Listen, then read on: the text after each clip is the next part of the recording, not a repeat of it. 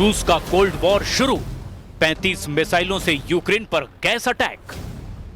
रूस ने एक बार फिर से यूक्रेन पर तूफानी हमलों से अमेरिका और नेटो की बोलती बंद कर दी है। रात भर रूसी मिसाइलों और ड्रोन हमलों से यूक्रेन के गैस प्लांट और यूक्रेनी सैन्य अड्डों पर भीषण हवाई हमले हुए हैं। हम आपको दिखाने जा रहे हैं कि कैसे रूस ने साबित कर दिया कि वो कागजी शेर नहीं बल्कि वो रूसी भालू है जो कभी भी अपने दुश्मनों को जिंदा नहीं छोड़ता। रूस के इन हमलों का गहरा असर यूक्रेन पर पड़ा है। ज़ेलेंस्की ने दावा किया कि रूस के इन हमलों से हजारों यूक्रेनी सर्दियों में गर्मी के लिए तरस जाएंगे। यानी रूस ने यूक्रेन के खिलाफ कोल्ड वॉर शुरू कर दिया है।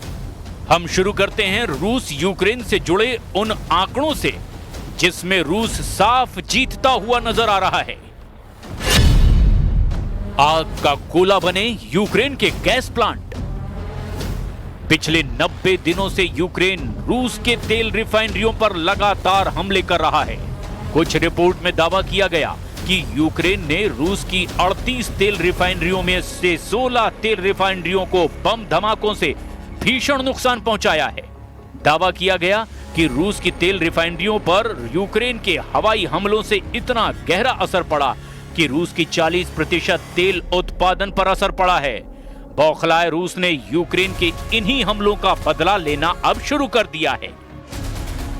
रिपोर्ट के मुताबिक यूक्रेन की गैस उत्पादन इकाई नेफ्टोगाज पर रूस ने बड़ा हवाई हमला किया है। मिसाइल और ड्रोन के हमले में ये इकाई बर्बाद हो गई है। ठंड के मौसम से पहले हुए इस हमले से यूक्रेन को एक बड़ा झटका लगा है। इससे ठंडक से बचाव के लिए देश में गैस की आपूर्ति पर भारी असर होने के आसार हैं। रूस ने देर रात यूक्रेन पर 35 मिसाइलों और 60 ड्रोन से हमला किया है।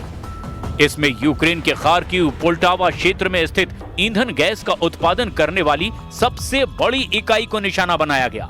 नेफ्टोगाज के सीईओ सर्गी कोरेत्स्की ने कहा कि इस गैस की आपूर्ति सेना को नहीं होती थी। इसके बावजूद रूसी सेना यहां पर हमला कर रही है। रूस के हमले की वजह से ही यूक्रेन के कई शहरों के हजारों घरों में बिजली और गैस की आपूर्ति ठप हो गई है। Способи завдати більше шкоди нашим людям. Тільки в одному цьому ударі, саме по газовим об'єктам, було 35 ракет, в тому числі балістика. Комбінований удар. Лише половину ракет вдалося збити. Непроста ситуація на Чернігівщині після ударів дронами, в Славутичі, в Ніжині, також в самому Чернігові.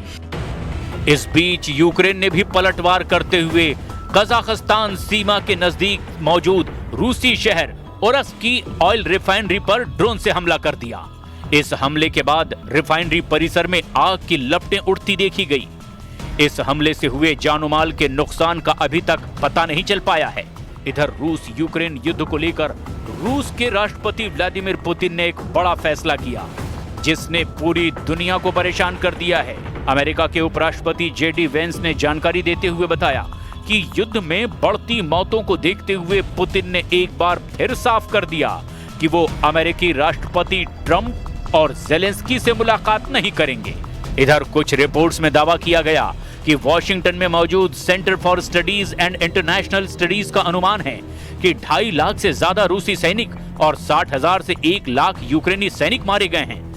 इस बीच संयुक्त राष्ट्र ने सितंबर में बताया था कि युद्ध में 14,100 से ज्यादा यूक्रेनी नागरिक मारे गए हैं। द मॉस्को टाइम्स के मुताबिक इस युद्ध में 620 से ज्यादा रूसी नागरिक भी अपनी जान गंवा चुके हैं। पिछले महीने व्हाइट हाउस में ज़ेलेंस्की और यूरोपीय नेताओं के साथ बैठक के बाद त्रिपक्षीय बैठक की उम्मीद की गई, लेकिन रूस के तूफानी हमलों ने सारी उम्मीदों पर पानी फेर दिया। दूसरी तरफ रूसी रक्षा मंत्रालय ने भी इस साल यूक्रेनी क्षेत्र के 4,714 वर्ग किलोमीटर पर कब्जा करने का दावा किया था। वॉशिंगटन स्थित think tank institute for the studies of war यानी ISW का अनुमान है कि रूसी आंकड़े का वास्तविक आंकड़ा 3,434 वर्ग किलोमीटर के करीब है। रूस कब्जे का ज्यादा इलाका बता रहा है। खबर है कि 25 से 29 सितंबर के बीच रूसी सेनाओं ने निप्रोपेट्रोव्स्क में भी कलिनोवस्कोय स्टुपॉय और डोनेस्क में डेरिलेवो, मेस्कॉय, सेंड्रीगोलोव और किरोवस्क पर कब्जा करने का दावा किया। रूस की सेना ने सितंबर में यूक्रेन के 447 वर्ग किलोमीटर यानी 172.6 वर्ग मील क्षेत्र पर कब्जा कर लिया। अमेरिका स्थित युद्ध अध्ययन संस्थान के विश्लेषण से पता चला कि जुलाई में 634 वर्ग किलोमीटर इलाके पर कब्जा करने के बाद ये गति धीमी हो रही है। वहीं दूसरी तरफ यूक्रेनी राष्ट्रपति व्लादिमीर ज़ेलेंस्की कोपेनहेगन में 50 राष्ट्राध्यक्षों, शासनाध्यक्षों और यूरोपीय संघ के नेताओं से मुलाकात कर रहे हैं। Russia will not stop until they are forced to do so. And they are a threat, not only to Ukraine, but to all of us. Today we have one major task ahead of us. We have to make our common Europe so strong that war against us becomes unthinkable. And we have to do it now. ये अंदाजा लगाना बेहद मुश्किल है कि अगर परमाणु जंग छिड़ी तो कौन सा देश जीतेगा। लेकिन इस वक्त रूस ने अपने तेवरों से साबित कर दिया है कि रूस यूक्रेन में अपना मिशन पूरा करने के लिए अब किसी भी हद तक जाने को तैयार है।